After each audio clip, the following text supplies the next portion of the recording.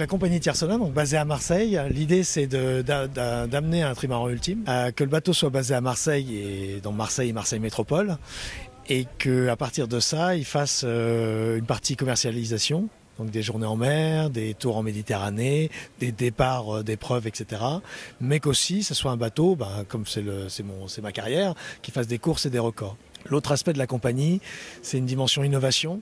Donc d'intégrer des entreprises innovantes qui veulent pour faire voler le bateau, pour intégrer une intelligence artificielle à bord et pour faire des développements tant sur le bateau que sur les marins. Ça c'est un deuxième élément. Et le troisième et dernier élément, c'est une académie. Donc, qui serait basée plutôt dans le sud de Marseille, où j'intégrerai donc des jeunes marins, des jeunes skippers, mais aussi des jeunes techniciens, voire des techniciens innovants. On en voit de plus en plus qui font voler leurs petits bateaux, qui sont vraiment dans la voile du futur. Une des idées, c'est ça, c'est d'arriver à fédérer des entreprises plus liées au maritime. Pas forcément les très grandes, parce que les très grandes viennent, c'est très bien. Mais on pense toujours, quand on pense à entreprise maritime à Marseille, on pense toujours CMA CGM, Bourbon, Marfret, et j'en oublie, SNCM, etc. Là, je vois plus le tissu PME, TPE.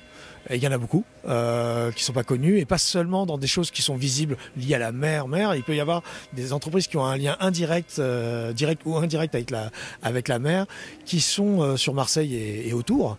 Cette compagnie avait velléité à faire des courses et des records, faire de la commercialisation, donc une centaine de jours par an où le bateau est utilisé pour le grand public et pour des clients particuliers. La compagnie Tiersolin a déjà un premier tour de table d'investisseurs, donc c'est eux qui sont les plus proches de moi.